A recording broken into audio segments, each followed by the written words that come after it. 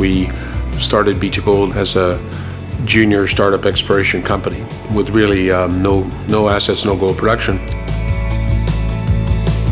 B2GOLD is a Vancouver-based company. We have 2 gold mines in production in Nicaragua, 1 in the Philippines. We have 1 in Namibia in Southern Africa, and our largest mine, the Fekola mine, which just came into production late last year very successfully, and that's in Mali in West Africa. You can't run gold mines from Vancouver, and I think we realized that very, very early in our careers. The key is the people and the ability to take that corporate culture that we have and take it around the world based on fairness, respect, transparency, and accountability.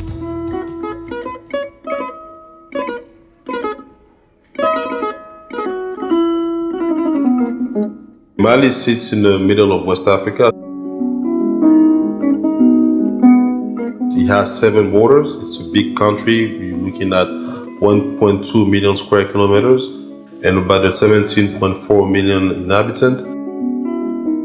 Mali has a long known history of gold because Mali used to be an empire. With the King Mansa Musa back in the 1300s, B2GOLD is coming to Mali today as the newest kid on the block.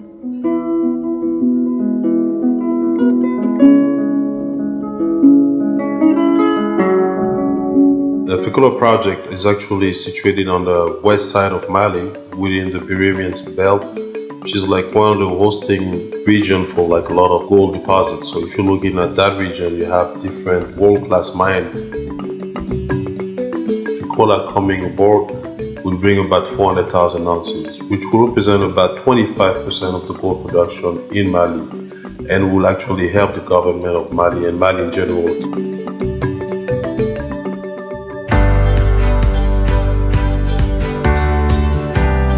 One of the things that maybe we do a little bit different is that we have our own construction team.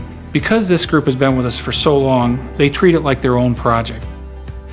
The entire project took 30 months from June of 2015 through December of 2017. So in 2016, we made the corporate decision to expand the project from 4 million tons per annum, which is what the feasibility was, to 5 million tons per annum.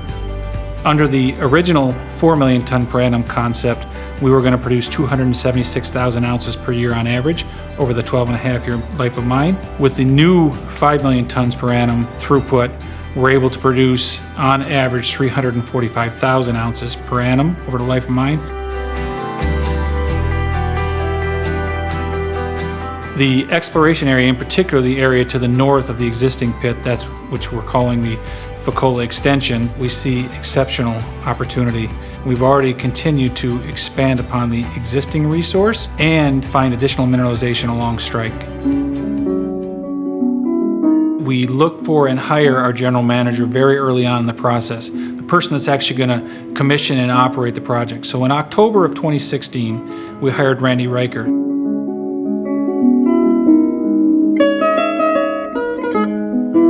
My role in the project was to direct the pit, build an operations team, and prepare for operations so that when the mill started up, the operations were all ready to go. The earthworks construction team was able to get ahead of plan. A lot of that was due to the ability to use some of the waste overlying the pit for construction materials. By the time the mill started up in September of 2017, the operations team had already been able to stockpile 1.2 million tons of ore. And then by the end of the year, we were able to stockpile over 3.4 million tons of ore. That allowed the good high-grade stockpiles to be in place, and we were able to run through the plant a higher grade than we had planned. That allowed us to produce over 111,000 ounces of gold in 2017. The milling circuit at Fekola is a standard gold milling circuit. It starts with a primary gyratory crusher, followed by sag and ball mills, along with pebble crushers. The leach circuit has 6 tanks. That gives a residence time for the ore of about 24 hours. There's also a carbon and column circuit, and that provides additional recovery of gold. The design capacity and throughput of the plant is 5 million tons per annum. Commissioning of the mills started on September 15th, 2017, and already by September 24th, we were able to start feeding ore through the plant. And then by October 7th, we had our first gold pour. Then within 60 days, we ramped up to commercial production. So basically on November 30th, 2017, we reached commercial production. This is 3 months ahead of the original schedule and more than a month ahead of the revised schedule based on the new feasibility. The reason we were ahead of schedule certainly goes back to the accountability. The fact is that the construction team that had been together for 20 years took responsibility for their part of the project, and every person knew what the other person was to take responsibility for.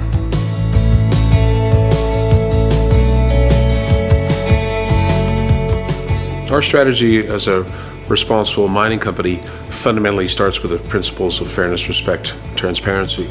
We go around the world and we try to treat everyone the way we would like to be treated. We've been very successful in going to countries and become part of an inclusive story to work with the local governments and people to build successful gold mines so that everyone benefits from it. In the past, mining was quite secretive, arrogant. The keys now to responsible mining are the win-win attitude, where you go to countries and you ensure that you, for example, train local people, and safety is a huge part of our business. We have one of the best safety records in the world in the mining industry. Also a big part of that these days, and should be and is, environmental responsibility. Mining industry is not what it was in the past in terms of the reckless disregard for the environmental consequences of mining.